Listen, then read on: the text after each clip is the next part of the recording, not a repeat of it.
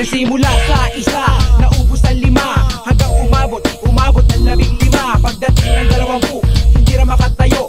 Busog na busog, lubog na sa pagkaupo. Yan na nga ba sinasabi, hindi naman babae. Yung sa perspective ng Christian, paano mo titignan yung LGBT from the Bible and science? First of all, I will not push na ang Bible talaga ay may specific say towards the LGBT QA plus community.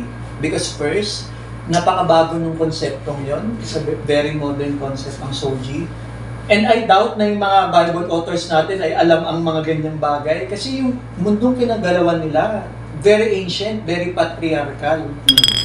Kaya yung mga kabaklaang istorya ay natatago. Pero yun nga rin yung amazing sa Bible, hindi niya naitago yung kay David and Jonathan, despite how patriarchal ang background ng society nila.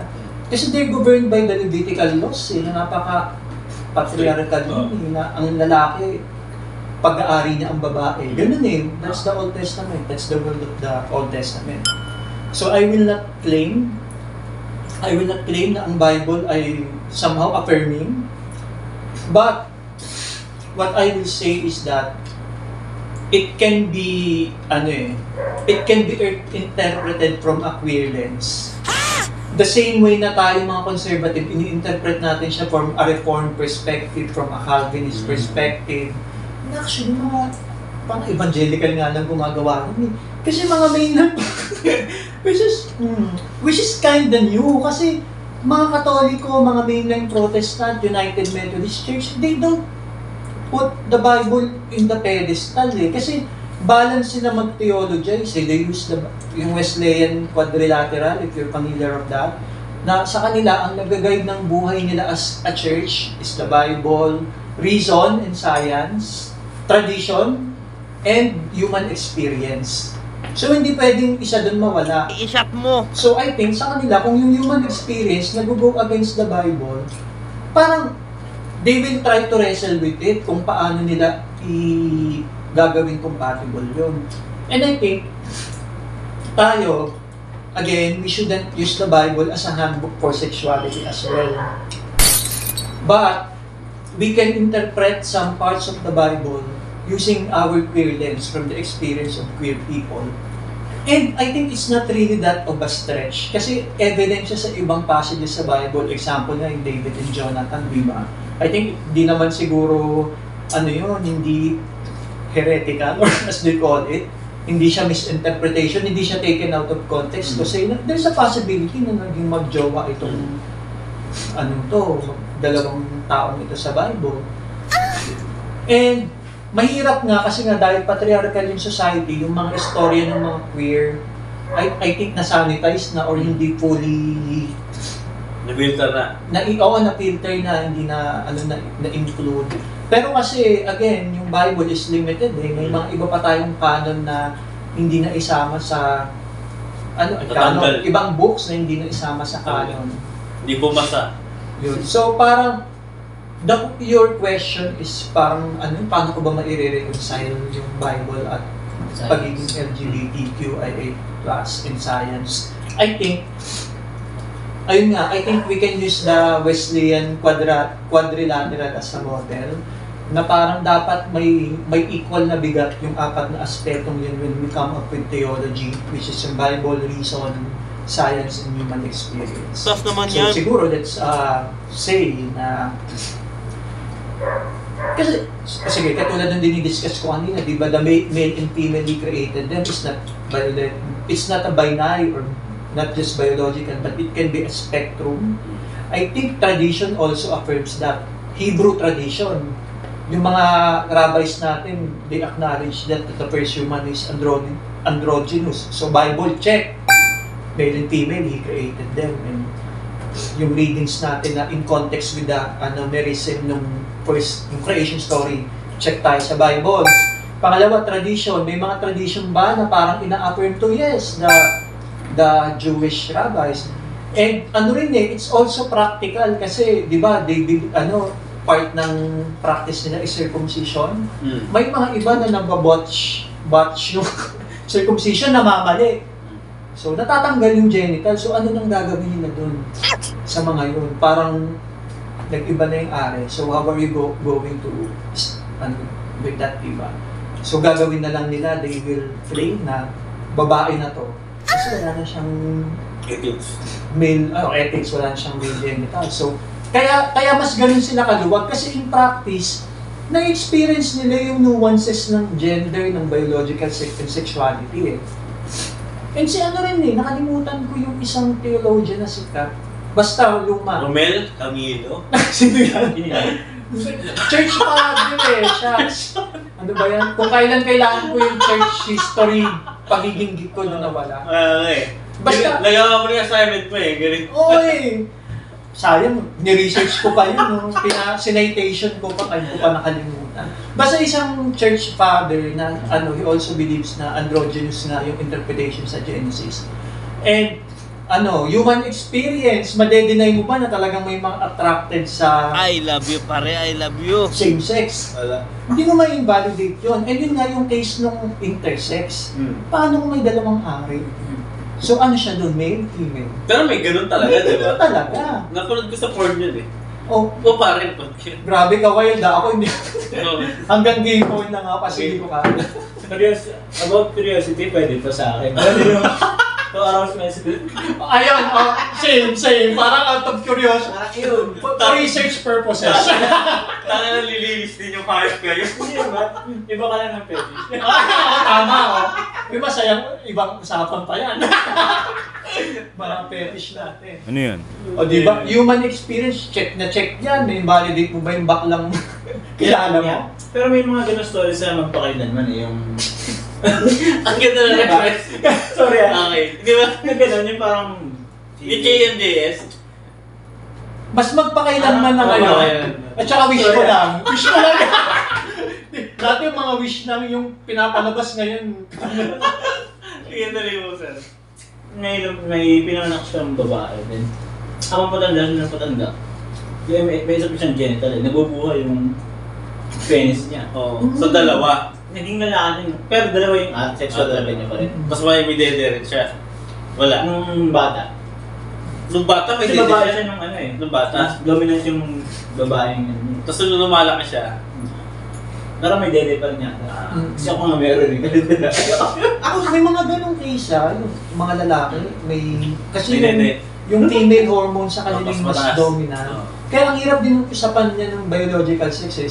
How would you qualify someone as male and female? Kasi May kapasyan lang eh. nila. Yung tsaka Hindi lang, hindi. It's not as simple as that, di ba? Paano yung hormones, levels of hormones sa katawan mo? Yan, hindi mo makakontrol kasi. So, doon papasok yung sa quadrilateral ng mga methods, yung science. So, what does the science says about it? Ang science kasi hindi yan magmomoralize eh, hindi yan magbibigay ng ethics eh. Ang ibibigay lang niya sa'yo, how does it work? True. Kaya nga yung pagti-theologize, dapat well-rounded. Ang science, hindi pwedeng puro science lang. I-explain niya lang sa'yo, ito ang science niyan. Ang science ng kabaklaan, wala pang definite. May gay genes ba? Is it nurture or nature? Meron nga ba? Ang hirap eh, kasi kung ako, feeling ko nature ako eh, kung nurture, wala naman bakla ang nakapaligid sa amin. Hindi naman ako na-abuse, hindi naman ako ng lalaki, kasi yung iba pwedeng... Actually, tanong ko yun eh, kung nature ba yan o nurture? Ayun din yung wala pa tayong definite science about it. Kaya mas reliant tayo sa human experience and tradition. Pero, Majority ng mga bakla. Alam mo kasi pare, Kono I can say eh, wala akong studies. Walang ano eh. Pero parang both siya, it can be a blend. Kasi may iba nga, di ba, kung kailan lang tumanda, mas 30s na, no? Oo, may 30s, mga 40s, ganun. may gano'n. Eh, ang masakit, paano kung married ka, di ba? Yung mga Oo. So, yan yung isang mga pastoral question din na kailangan i-deal with ng mga pastor natin sa conservative. Masisisi mo ba yon na biglang pagising na na yung gusto? ang sarap ng sisig pare, ang sarap. Sabi siya, Bakit pre? Dito ba yung subo? Titinan po eh. Gusto ko ayaw na ng kumain ng asawa ko. 6 inches daw yung kaya 4. Ano ba? Pas! Ano gagawin ko, pas? Pati ako sa inyo. Naku, wag kang maghiling ng malaki, mahirap pa. Akala nila mas malaki, mas masarap. Huy, ano yan? Be careful what you wish for. Ganon. Wala, nabigyan na sa'yo eh. Ayun yung mga ano, so, ang dami. So, Totoo yun, totoo yun. totoo na yan eh. So, Iba pa yun ng pastor pagka biglang na 50 ka na 40 ka na, gusto mo pala lalaki. Mga ganyan case eh, mga singles yun eh. Visit natin pag-pray mo yan, pag-pray natin yung bro. Alam ko na yung term, hermaphrodite. Ano yan? It's dual sex. ayun, May nakakamabot pa rin eh. intersex yung ano. Hermaphrodite. Limit mo talaga sir. Ang ano lang naman doon, ang clear naman sa science is that homosexuality is not a mental illness. Na-rule out na yan ng American Psychological Association. Kasi before, considered siya as a illness. Mental condition. Mental condition na ano eh. Kasing bigat na ibang ano, like, ano ba, depression or something. Kasi, ako naman, di naman ako, I think naman healthy ako eh. Healthy yung social life ko. Nakaka-function naman ako na maayos sa society kahit ang gusto ko. Hindi naman na-impair nun yung the way I live my life and relate to other people. So yun yung, ayun, si science na sinabi, hindi siya sakit. Bakit, ano, bakit? Hindi siya norm eh. Oo. Siya norm eh. Hindi kasi siya norm. Gawin natin sakit.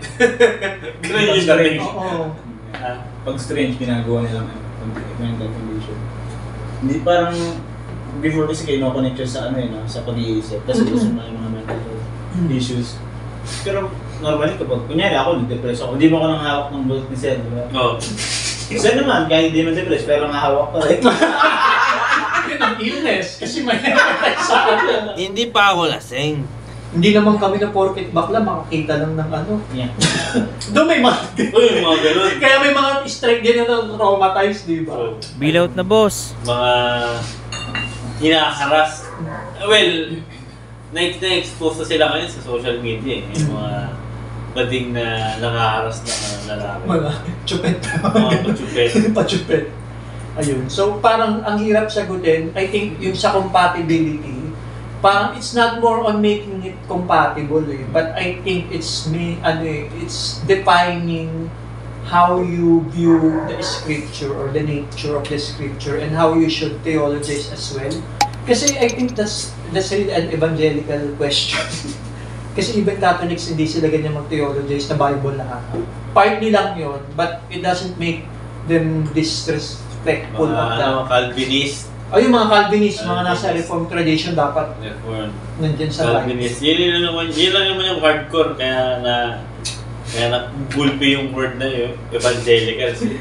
Yung Arminianism, hindi naman. Chill lang nga sila yung ano nga ng buhay. Yung mga Calvinist nga, nagsusunog pa yan ng mga heretics. Yan ang mga hardcore. Hardcore eh. Na walang May extreme kasi, pagpapakata. extreme Calvinist, meron namang reformed lang ang tawag. Oo, mas toned down pa rin. Kaya ayaw nila nung Calvinist na term kasi nga, ang daming bagay. Mabigat. Tsaka hindi makatao. Hindi makatao. Yung mga original sin, which is Catholic naman, and ang Catholic nga dun, hindi na siya originally Calvinist eh. Total depravity, yung mga ganyan na. Which is minsan detrimental din sa well-being ng tao. Imagine mo, araw-araw mong iniisip na guilty ka ng sama-sama. So, ipoproject mo yun sa...